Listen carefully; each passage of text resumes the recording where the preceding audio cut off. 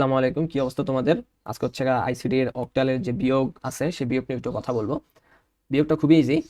যে আমাকে জাস্ট প্রথমে দেখতে হবে যে এই দুইটা সংখ্যার ভিতর উপরের সংখ্যাটা ছোট কিনা। যদি উপরের সংখ্যাটা ছোট হয় তাহলে টু অক্টালের বেজ নাম্বার কত? অক্টালের বেজ নাম্বার হচ্ছে 8। তার মানে ছোট যদি হয় তাহলে এই ছোট সংখ্যার সাথে এই বেজটা এসে যুক্ত হবে, তাহলে কত হবে? 10। 10 থেকে 6 তখন আমি বিয়োগ দিয়ে দিব। 10 থেকে 6 বিয়োগ দিলে কত হচ্ছে? 4। হাতের এক চলে যাবে এখানে, তাহলে 6। 6 এখন কি উপরের সংখ্যাটা ছোট? উপরের সংখ্যাটা তো ছোট না, উপরের সংখ্যাটা এখানে হচ্ছে 6, এখানে হচ্ছে 7। উপরের সংখ্যাটা বড়। যদি বড় হয় তাহলে নর্মাল বিয়োগ হবে আর কি, ঠিক আছে? তাহলে 7 থেকে 6 বিয়োগ দিলে কত হচ্ছে? 1। 14। এটা হচ্ছে অক্টাল বিয়োগ। বুঝে দিতে পারছি?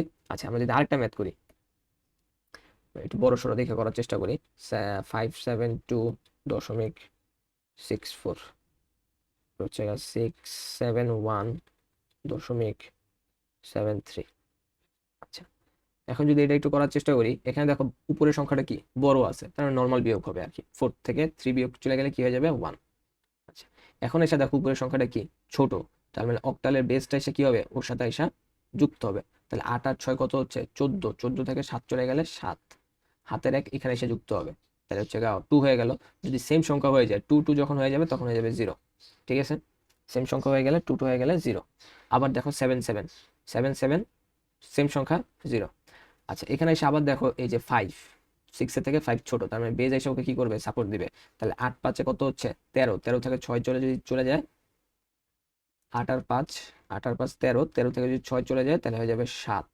আর হাতের যে একটা এখানে কিছু নাই, তাহলে হাতের একটা এখানে এসে কি হয়ে যাবে? যুক্ত হয়ে যাবে। আর দশমিকটা যে যত ঘর পরে আছে তত ঘর পরেই হবে আর কি। এটা হচ্ছে আমাদের অক্টালের যোগটা করলাম আর কি। বুঝতে পারছি? সিম্পল নিয়ম আর কি। উপরের সংখ্যা ছোট হলে বেজ এসে ওকে সাপোর্ট দেবে, আর উপরের সংখ্যা বড় হলে নর্মাল বিয়োগ হবে। আর যদি সেম হয়ে যায় তাহলে হচ্ছে 0 হবে। ঠিক আছে, সবগুলোর ক্ষেত্রে what ever it is, binary যোগ করতেছি নাকি অক্টাল করতেছি নাকি দশমিক করতেছি, সবগুলোর ক্ষেত্রে একই নিয়ম আর কি।